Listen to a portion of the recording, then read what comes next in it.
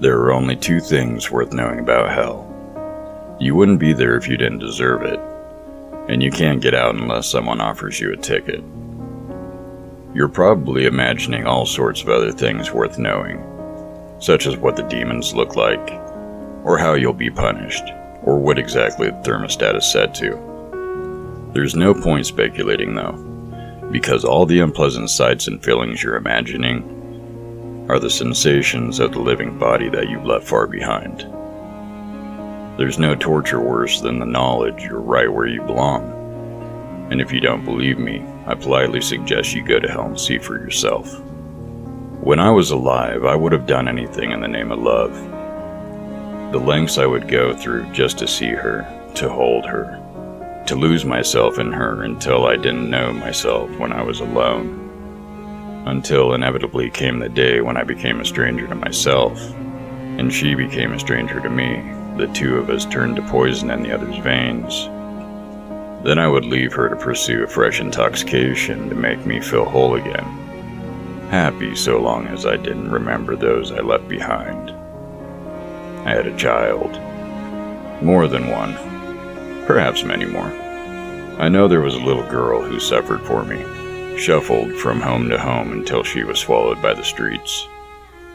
I know there was a boy who wished his father would come back again, although perhaps he wouldn't have if he knew his father was someone like me. I would tell you their names if I could. I would have recited them to myself every moment I was in hell, wishing the best for them, though I know they didn't get the best from me. But I was dead, and they were lost. And that's how it would always be if I hadn't received a ticket. It wasn't something I earned, or found, or stole, though the devil knows what I would do to get it. I don't know how long I was mired in misery, but I do know there was no shortage of others who had languished far longer. All that matters is that it was into my hand she pressed the folded paper, and my ears that were blessed with her sweet words. You're free to leave. No one will try to stop you anymore. And don't worry if you ever change your mind. It's a two-way ticket and you can come back whenever you want. I wish I could describe her, my savior. But what word does justice to those who dwell beyond living senses? I could call her Grace, but you would only see slender feet dancing through the grass without capturing the light of her soul. I could call her Hope, but you would only feel the flush of excitement beneath your skin and miss the infinite in her cloudless eyes. No, I shall not sully her with any of our impoverished words. It is enough that you know she had a ticket and that she was giving it to me. Why would anyone ever come back, I asked. You might as well ask why anyone would ever come at all, is all she would reply.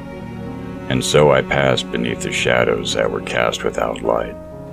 And each time the horrors of the shade loomed over me, I would close my eyes and present the paper in my hand, only to feel the pressure of the presence melt back into the dark. I did not slow to listen to the anguish of those left behind, nor was I hindered as I rose into the endless light. All I could think of was getting out, starting over, not sparing a thought for what lay waiting on the other side.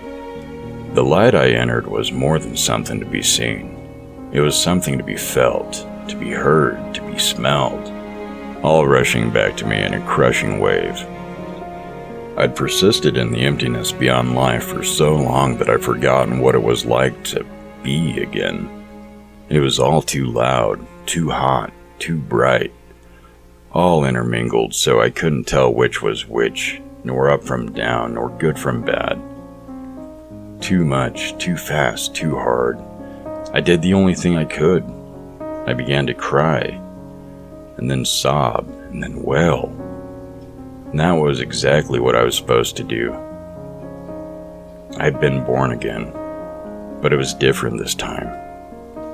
Staring up at my mother's face as she cradled me in her arms, I remembered everything that I had endured thus far. I even remembered that this was my mother, and that the man with his arms around her is my father. Now they were going to take me home to the same blue-carpeted room I remembered growing up in. I hadn't just been born. I had been born into my own body. But if that were true, then why couldn't I stop crying once I realized what was going on? Why would my arms move without command? Why would I grab hold of the end of a fork even though I knew it was sharp? Why did I think these thoughts, yet be locked inside a child that couldn't speak out loud? I hadn't just been born into my body. I had been born in my old life, and I was trapped inside without being able to change a thing. A prisoner to my every mistake, a helpless victim to rise and fall with the iron whims of fate. I could see and hear and feel everything that my body experienced, but my thoughts were cut off from those of the boy that would grow up to be me. I couldn't warn him of what was to come, or change my inevitable actions, or so much as whisper to let him know I was there. The newborn body spent most of its time sleeping, and that gave me a lot of time to really think about what was to come.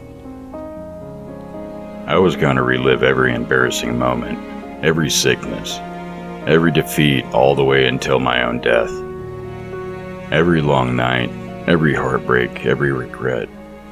Even worse this time around for knowing they were coming despite my body fooling itself into a moment of happiness. Somewhere in the back of the child's mind sat I, with a piece of folded paper still resting in my hand. It was a two-way ticket and I could go back. But right now the child was only sleeping, and how could I say that I would prefer hell to this? I would wait, I told myself, until I couldn't take it anymore. One day I'd know my life had been ruined and I'd use the ticket then, but not today, or tomorrow, or tomorrow, or tomorrow. Because I had spent a long, long time in the darkness, and I had forgotten how beautiful the world could be. Even if I couldn't control this new body, I still experienced a thrill of pleasure as it made each new discovery. The first strawberry, the first dog, the first time seeing the ocean from the window of a car. I'd seen infinity after I had died, and I saw it again now through a child's eyes.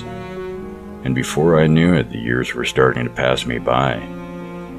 I knew I was reliving my exact life, but it was amazing how many things I had forgotten over time. Even the childhood memories that I did possess, vague and faded as they may be, did nothing to ruin these visceral experiences. It was almost as good as living for the first time. By now I had spent so long as a silent passenger that it didn't even feel strange not to choose how this story would play out. I'd wince when I knew I was about to slide down that splintery post. But I also remembered that it barely even hurt when I woke up the next day. I felt the hot rage of not getting a toy I wanted at the store, and then remembered that I'd gotten that toy on Christmas that year, and that it had broken within the first 20 minutes. Every hurt and injustice that I had been dreading so much had seemed like the end of the world at the time, but now that I was living through them again, I knew that none of it would matter before long. So I let the years slip on and watched as I grew into the same man I ever was. And then I met her again, and I felt the heart of my body stop as if it were my own. Looking at her as I did in the moment we first met, I couldn't understand how I had ever stopped loving her. But I would understand, because I had no choice but to live through it all again. I'd relive how every little stress and insecurity and pettiness in me grew until it swallowed me up. I'd yell at her and lie to her, and hurt her in ways deeper than flesh can heal. Yet here I was, trapped and helpless as I watched how she couldn't stop smiling, how her eyes would dart away but always find their way back to mine. I knew what it was like when all that love drained away from her eyes, only to be replaced by revulsion and remorse. My body didn't understand any of that though. It only felt the flush of youth and the bubbling of love, so blind and lost that it would chase her again, no matter the end. But I knew better, sitting alone in the back of the mine with a folded piece of paper in my hand. There was no point in going back to hell if I was only trying to avoid grief and pain. Hell would be no kinder to me. Here there would still be moments of happiness to come, but going back to hell would banish even those. If I was only staying for myself, then staying must be the right choice to make. And yet if I stayed, I knew I would not be the only one to suffer. Whatever I endured in hell, at least I would be sparing my love and her future child a life with me in it. Better that I should go back where I belong than force fate to play this hand again. I'm ready to go back now, I said to no one in particular. I've still got my ticket, and I want to go back. I closed myself away from the light and the noise and the smells of the world, and I was in the darkness once more. And out from the darkness I felt a touch upon my wrist, and I thought it was my Savior, my grace, come to take me back to the other side.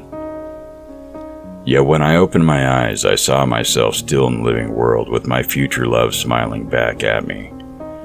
And I knew that I was the one opening my eyes this time.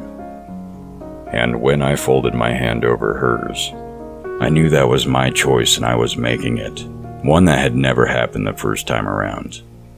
Whether you're ready remains to be seen, said no one in particular in reply. Are you feeling okay? Do you want to get out of here? My love asked me, just the way she had on the day we first met. No, I don't want to leave. I'm right where I'm supposed to be. From the way she smiled, she knew I was talking about her. My ticket has gotten me out of hell, but has it taken me back again? I suppose that's up to me to decide.